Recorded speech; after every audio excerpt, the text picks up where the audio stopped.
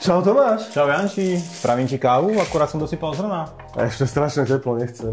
Nevadí, máme chilled brew. To tvoje. Tak ja ti to vysvetlím.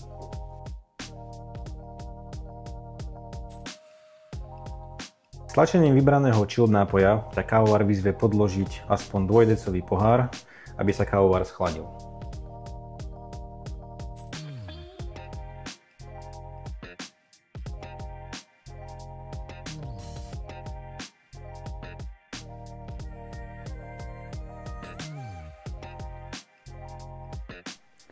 Po schladení systému vložíš šálku pod výpuste a potvrdíš vybraný nápoj. Môžeš si pripraviť studenú kávu, alebo si ju môžeš obohatiť ľadom, zmrzlinou, proste na to, na čo budeš mať chuť. Kávovar sa spustí, potom preruší a následne pokračuje až po nastavený objem nápoja. Počas prípravy môžeš meniť aj jeho objem.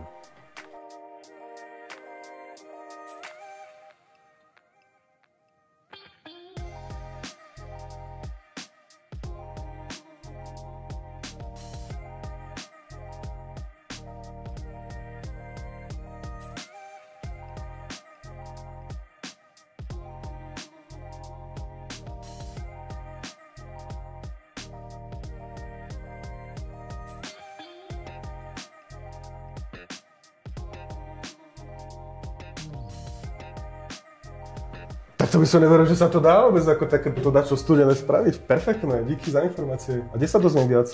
No viac si dočítaš na našich stránkach nivonakavari.sk. nivonakavari.sk.